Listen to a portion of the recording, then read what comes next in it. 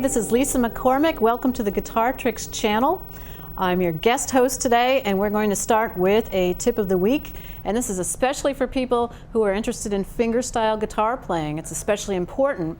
And that is the fingernails on this hand, on your fretting hand, have to be really short. Not like painfully bleeding short, but they have to be really short, because if anything getting in the way of you getting really good contact here and good tone, it's going to show up in your finger picking, because the finger picking brings out each note one at a time, so it's going to sound more like that than like that. So tip of the week, keep these nails short. These nails you can do whatever you want. We're here today to do a finger picking lesson.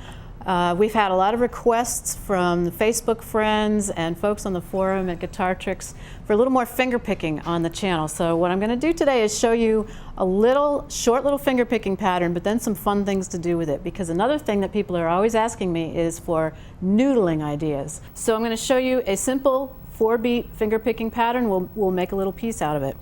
First of all, what I'm going to do, I'm going to start on a G chord, and what I'm going to do is I'm going to play the bass note of the G chord with my thumb, the high string with my middle finger, third string with my thumb, and second string with my index finger. That's it.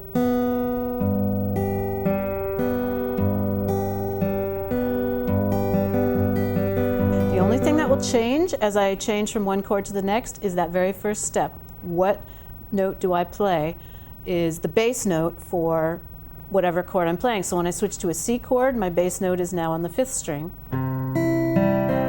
When I switch to a D chord, my bass note is now on the 4th string.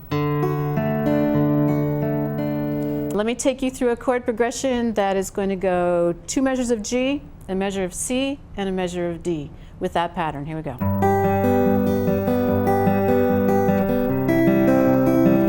And we'll repeat it.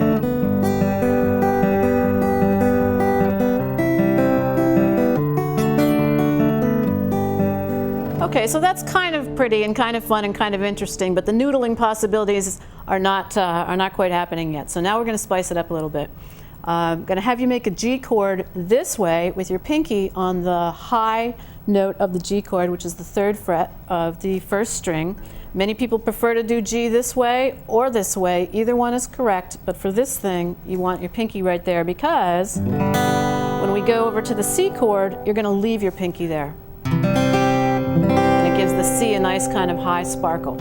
Okay, so we've got our G, we've got our C with this extra note in it, and now for the D we're going to do something real tricky. Take this whole configuration here, don't let anything stray, move the whole thing up 2 frets, so your bass note is now on the D, which is the 5th fret of the 5th string, and that is a variation of a D chord. So we've taken the C and we've brought it up to there. So now let's hear what the progression sounds like when we put it together, starting with the G.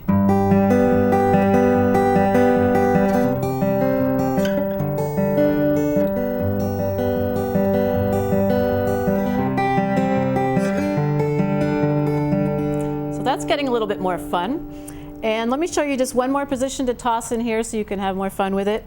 And that is, we're going to take this whole thing for another trip up the neck all the way to the 10th fret. That is my bass note, same shape as we had down here, but now the bass note is on a G. And so this is a high inversion and variation on a G chord. If I play a regular G chord, you can hear how they're kind of in the same ballpark. So let's start our progression up there. We've got 2 measures of G. Let's start way up here. G, C, and D. Let's see how that sounds.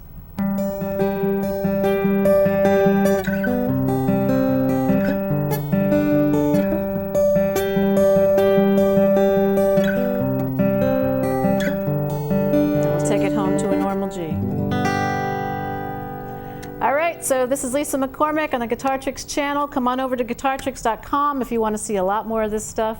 See ya.